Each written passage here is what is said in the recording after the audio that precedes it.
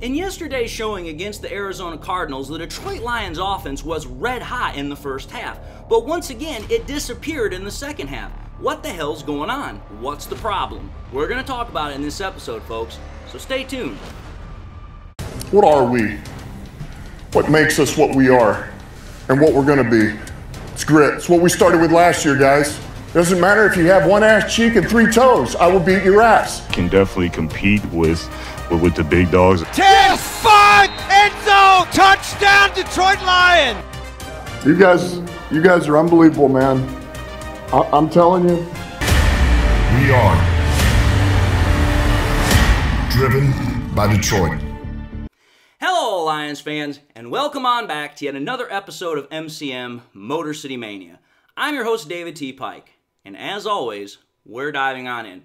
My friends, once again, it's glad to have you all back. I hope you all are enjoying your Victory Monday after the victory against the Cardinals yesterday, which I'd be willing to bet most Lions fans are currently enjoying. Just the simple fact that we did win, the fact that we have a 2-1 record.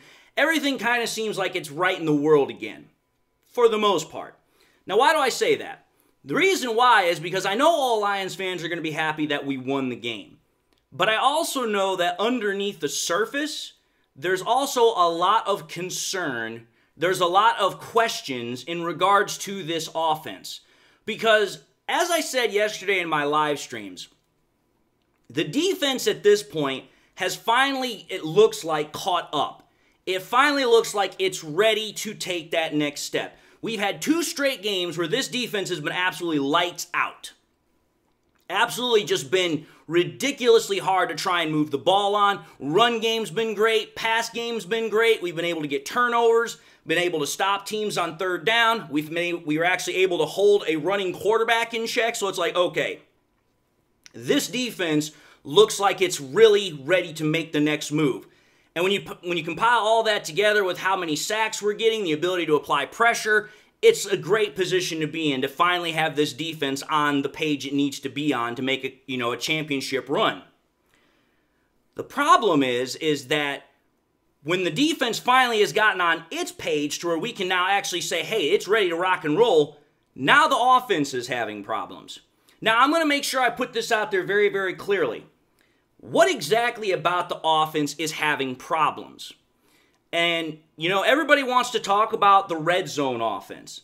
But more specifically, I think what the problem is the Lions' scoring offense. Now, what do I mean by scoring offense? I'm talking about the Lions' ability to just score anywhere in general. Not necessarily in the red zone, though that's definitely where it's most important. But the Lions' offense so far this year has just not, for some ability, been able to score like we've been able to see it do in the past. And that is where a lot of Lions fans are really concerned right now. And, quite frankly, they're confused and they're frustrated. And I definitely understand this sentiment. I understand this feeling because what I'm going to do here is, again, you guys all know I'm a historical-minded individual, and I like to do compare and contrast here. What I'm going to do is I'm going to put up on the screen, and I'm going to show you all what numbers the Lions have compiled through the first 3 games of the year for this year in terms of total numbers and where they rank in respect to the rest of the league. Here's the numbers. If you take a look at virtually every single, category, the Lions, for the most part, are still, producing at a pretty good level. Their pass yards are in the top 10. Their total yards are ranked 4th. On top of that, their rush yards are ranked 4th. Their rush average is top 10. Their third down conversion percentage is top 5. They've got a lot of things about this offense that's actually working very correctly, that's working very efficiently. So, okay, that's not the problem. We can clearly move the ball. The problem is when we get into a position to try and score. Again, that red zone percentage at the very bottom is very troubling. It's at 38.46%. Now, I will say this. That is a significant jump to where it was last week, because last week I think we were at like 27%. So that's like a whole 11% higher. But still, it's nowhere where it should be. Then on top of that, when you take a look at the amount of points we've scored, we're barely in the top half of the league at 62. So I know for a lot of Lions fans, this right here is, kind of, how should I say, cementing the idea that, okay, The Lions' offense is not being able to score right now. And you know what? You would be correct. But let's also understand something here. There's a reason why I said I wanted to do the compare and contrast. Let's go back to last year, folks. Again, at this time last year, we were 2-1. You want to know what the difference was in our ability to score then versus now? We had 10 more points at this point last year compared to where we are right now. The Lions so far this year have scored 62 points. Last year at this time, we'd only scored 72. So, okay, we're talking about a 10-point difference. That's not much difference. What's also different? Oh, the other thing that's mainly different is the Lions have more rushing yards than they did last year. Last year, the Lions only had 335 rushing yards. This year, they have 489. That's a vast difference, and the reason why is because Gibbs and Monty are able to carry the load together, rather than last year it was primarily Monty, and Gibbs was just getting a couple touches here and there. And then on top of that, take a look at how we've been doing on 3rd and 4th down conversion rate versus last year. Last year on both of those categories, we were in the high 30s to mid 30s for both of those categories. This year we're at 45% and 57%. So we're doing night and day difference in comparison there. But the main difference is the red zone percentage. Again, 38.46% this year. Last year it was at 55.6%. So what we're seeing here is that the Lions' ability to move the ball is better than what it was last year. Our ability to score is pretty much on the same pace. But the main difference is the efficiency in being able to score. We can convert downs, but we're not able to score when we need to score. I mean, for crying out loud, you're talking about a 20% difference in efficiency in the red zone. So I started thinking to myself, I'm like, okay, here. This offense has got the same personnel that it's been running with for now, going on the last 3 years. We got the same offensive coordinator. We got the same quarterback. We've got most of the same linemen. I mean, for crying out loud, we've got most of the personnel. So what the hell's the problem? Why are we having so many issues being able to score, whether in the red zone or not in the red zone? Because we've seen in the past, this Lions offense can score from damn near anywhere. But yet we're not seeing that. We're not seeing those big plays where it's like, hey, you know what? We can bust a play open and go all the way to the house. That's just not there right now. So I started really thinking about this. I said, what is truly the problem here? What is causing the Lions offense to not have that same scoring capability, that same, strike capability to score anywhere on the field? And I think the real answer to this is something that people have kind of been touching on a little bit, but they haven't fully dived in like I'm about to here. I think the main reason why the Lions offense is having problems being able to score both inside and outside of the red zone is because Josh Reynolds is not here anymore. Everybody wants to talk about trying to find Josh Reynolds' replacement. And you know what? That definitely is something we still need to do. But I'm going to tell you this right now.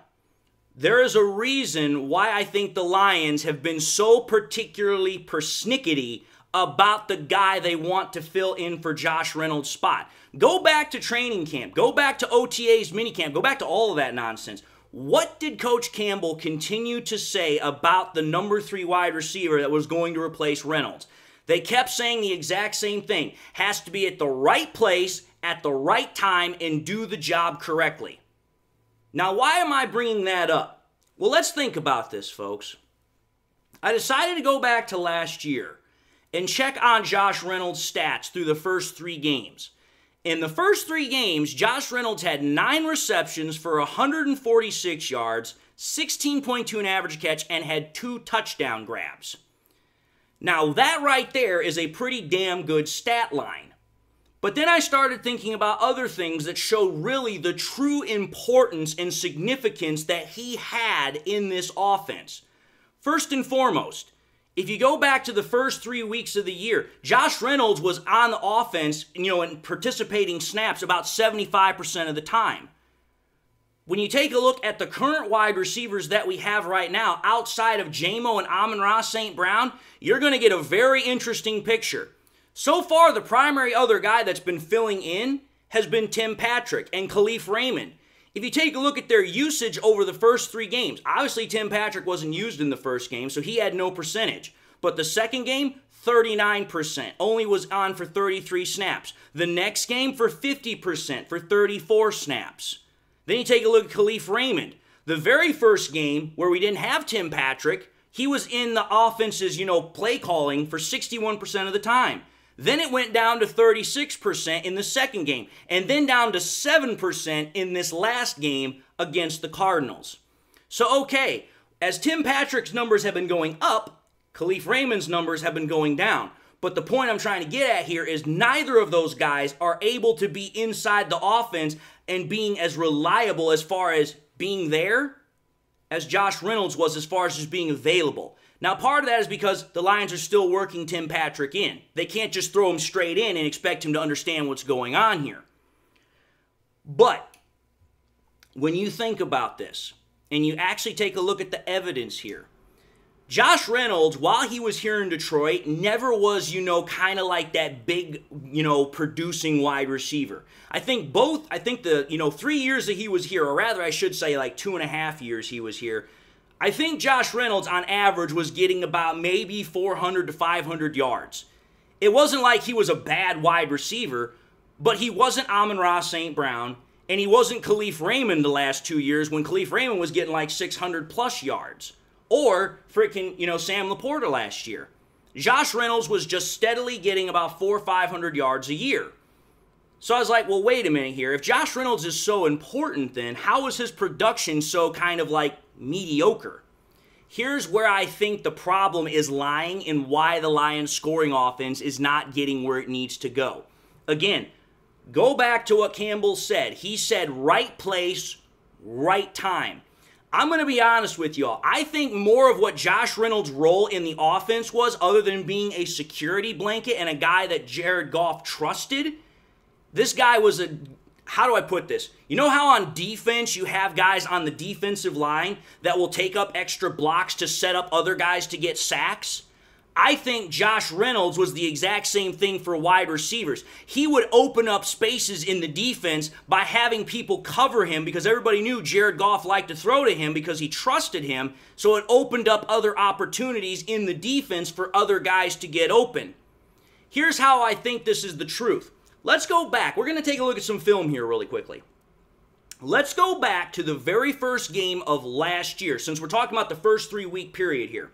Go back to the first game of the year against the Chiefs last year. Go back to the one touchdown pass that we had in that game, which was at the end zone, and it was to Amon-Ra St. Brown. Let me show you this film really quickly. I'm going to run it through full speed. I'm also going to run it through short speed. And then, if I can, I'm going to try and do a short screenshot. If you take a look at the play as it runs through, notice how in the middle of the field, Josh Reynolds and Amon-Ra St. Brown, they intersect. And what happens? When Josh Reynolds comes through, it slows down the defense. It's a small rub. It's kind of like a rub concept to get the defenders all congested, and they can't get off each other. So it opens up that lane for Amon-Ra St. Brown. And that's what Goff does. He throws it underneath to Amon-Ra St. Brown, and Amon-Ra St. Brown takes it in for the touchdown. Just look at how simple of a concept that is. It's a very basic rub pattern. You're just running two intersecting routes underneath, and you're hoping that, hey, whether it's Reynolds or whether it's St. Brown, the defenders are going to get jammed up, and then somebody's going to get open. And in this case, it was St. Brown. But think about it. Have we really seen a whole lot of those concepts so far this year? No, we really haven't. More of our concepts this year have been, we're throwing stuff in the intermediate routes, whether it's to St. Brown, whether it's to J-Mo, whether it's to Laporta. We're not really doing a whole lot of those crossing or intersecting routes that free up wide receivers. Why? Because Josh Reynolds isn't here. Josh Reynolds was the guy that I kept noticing a lot last year, was the guy that would do a lot of those things. He was the guy that, as Dan Campbell would say, wouldn't get a lot of recognition a whole lot, but he played a very important role, and I think that was his role. When he didn't get the ball thrown to him, he was helping set up other guys in the secondary to get open for Goff to find. And then if somebody potentially wasn't open and Reynolds was open, then Goff would throw it to him, which then leads me into my second main point here. The trust factor. We all know Goff trusts the hell out of, Amon-Ra St. Brown and Laporta, and he's getting pretty close to with Jameson Williams.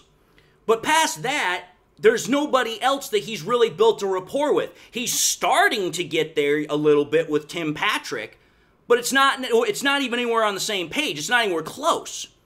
Well, think about this. Go back to week 2 last year against the Seattle Seahawks when we played them at home. Take a look at this play. This was the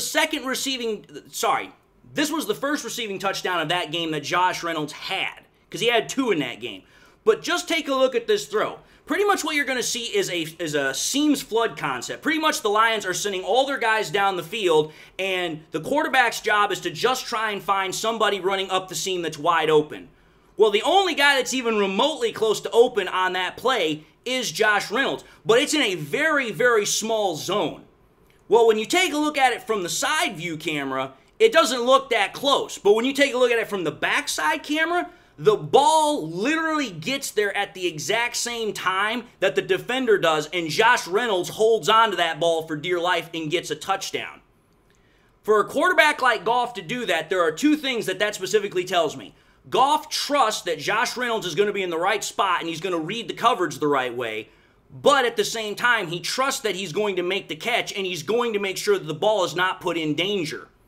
Quarterbacks have to trust their wide receivers. And in the case with Josh Reynolds, it wasn't just a trust factor of, he's not only going to run the route the right way and catch the ball, but he's also doing all this other stuff that's helping set up other guys in the offense to potentially get open looks. And that, I think, is what we're missing right now. We don't have that guy who can open up other spots for other people to potentially operate. We're missing that element. And that's why I think that as the Lions continue to increase Tim Patrick's use, that's going to get better. Because again, from what we've been pretty much hearing from Dan Campbell, the Lions are wanting to run with Tim Patrick because they like what they see out of him. So it wouldn't surprise me at all if by the bye week or by week 6, when we play the Cowboys, that our offense should be back up and fully running to where it used to be. Because again, Josh Reynolds played a huge, important role, and the chemistry and rapport that he had with Goff, that is not something that's easily replaced. It takes time. So, okay, I understand why Lions fans are feeling frustrated. Believe me, I'm frustrated too. But let's think about this. The first half of that game yesterday against the Cardinals, that Lions offense was about as beautiful as I've ever seen it. Goff was literally 12 of 12 in the first half. We were converting, we were scoring, it was beautiful. And that was without a Josh Reynolds kind of person. So let's understand something. It's getting there. Now, obviously, in the second half, the Lions offense completely fell asleep, which is something that it's been used to doing over, the last year and a half. That's still something that's got to get figured out. But I also understand this. Once the Lions finally get everything put together, and as Campbell said, work out those last couple of little things that need to get worked out and continue to, smooth everything out, I have no doubt in my mind this offense is going to do what it normally does. Because again, the Lions said in week 2 they were going to improve their red zone performance, right? Well, yesterday, when they played the Cardinals, they were 100% in the red zone. They went 2 for 2. That's a vast improvement over last week when they went 1 for 7, and the week before that they went 2 for 4. Just saying. The offense is getting better. Slowly, surely, incrementally, it's getting better. It might not be getting better as fast as everybody would like it to, but it is getting better. But anyway, folks, I just wanted to talk about this because I truly think that Tim Patrick is the guy that's going to be that missing link to fill Josh Reynolds' spot. And once it gets filled and once he's on the same page with everybody, I think this offense is going to snap right back to life like it used to be. Maybe, maybe not, but that's my personal belief.